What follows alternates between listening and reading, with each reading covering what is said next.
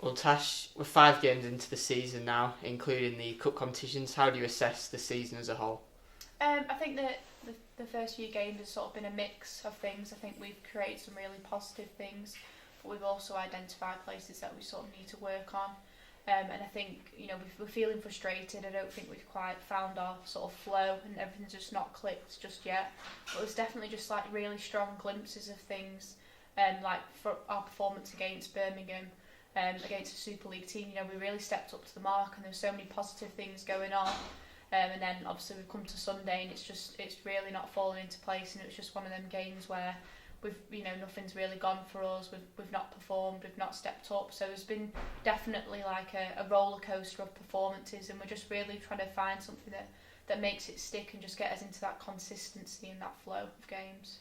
For you personally, it was a landmark appearance. You're 150th for Rovers. How proud a moment was that? Yeah, it's really good.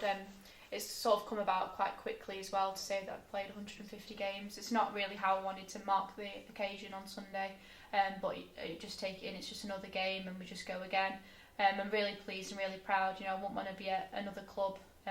So do my 150. Yeah, I'm really pleased with that.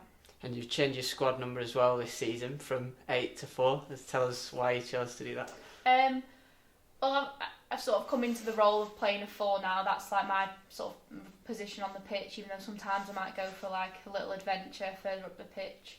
But I knew the 4 was sort of coming back into circulation after no one having it last year. And I did actually message Shep before, with the discussion, like, am I going to take the 4? And I just sort of messaged her just to see what her like thoughts and feelings were. Because I said to her, I don't want you to think I'm like jumping in your grave almost, but no, she was really like grateful that I'd asked, and she said that she wouldn't want it to go to anybody else. So I sort of see that as, I've got really, really big boots to fill, and probably not going to fill them, but I am going to try my best in order to sort of wear the shirt with pride, as I understand there is this pressure around number 4 because she wore it for many years. So yeah, it's a change, and it does. Like the other day when we played Birmingham, I put my bag by Emma's shirt number 8, and then I was like, oh yeah, that's not my number. So it's getting used to it, and it's when I see pictures of number 4, but it's definitely made me try and like step up my game because I understand sort of the pressures and the story around that.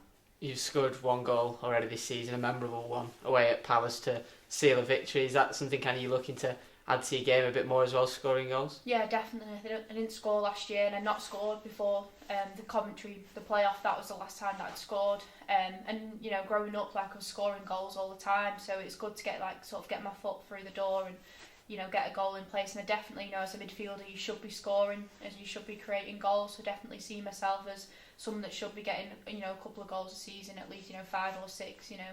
So yeah, I definitely want to try and kick on from that. But in the same time, I don't want to get in trouble for pushing on too high. And I think my main sort of role is to sort of prevent goals. So anything else is a bonus, really. Looking ahead now, it's London City Lionesses at home on Sunday. What do you kind of expect from them? I expect them to be really fit. I know that they're a full-time team.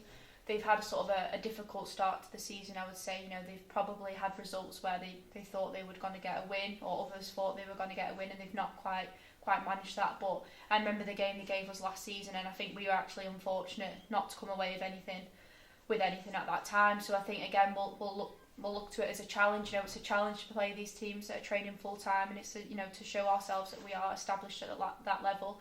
I think going on from Sunday, I think we can only sort of go up from there in terms of like how well our performances can be, because it was disappointing on Sunday, and we don't want to sort of repeat that again. And with it being another international break after this game, is that kind of important to try and get another 3 points on the board before that break? Yeah, of course. You want to sort of end it on a high.